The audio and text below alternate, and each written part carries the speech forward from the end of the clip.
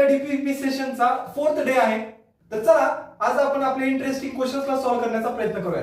स्क्रीनवरती question आल्यानंतर video pause करणे, question स्वतः सॉल्व्ह करण्याचा प्रयत्न करणे आणि त्या क्वेश्चनचा आन्सर माझ्या आन्सर सोबत कम्पेअर करून बघणे की आपल्याला प्रत्येक क्वेश्चन अगोदर स्वतःला सॉल्व्ह करून बघायचा आहे. आपण स्टडी केलेली कन्सेप्ट आपण या क्वेश्चनला सॉल्व्ह करण्यासाठी अप्लाय करू शकतो का नाही. जर सुटत नसेल तर तुम्ही माझ्या आन्सरला अनालाइज करून बघायचं. ठीक आहे. तर चला आपण पहिल्या क्वेश्चनला सॉल्व्ह करण्याचा प्रयत्न करूया. तर समोर दिलेल्या क्वेश्चन मध्ये त्यांनी एक प्लाझ्मिड दिलेला आहे, एक बॅक्टेरियल प्लाझ्मिड आहे. त्या डीएनए मध्ये त्यांनी एक फॉरेन डीएनए इन्सर्ट केलेला आहे. कोणत्या रिजन मध्ये, तर या ई कोर 1 साइट मध्ये त्यांनी एक फॉरेन डीएनए इनकॉर्पोरेट केलेला आहे.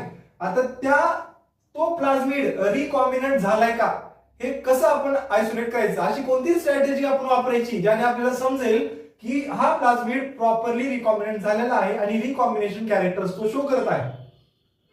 तर त्यामध्ये त्यांनी 4 ऑप्शन्स दिलेले आहेत. तर चला बघूयात की हा डीएनए रिकॉम्बिनंट झाल्यानंतर कशा पद्धतीने एक्सप्रेशन शो करतो.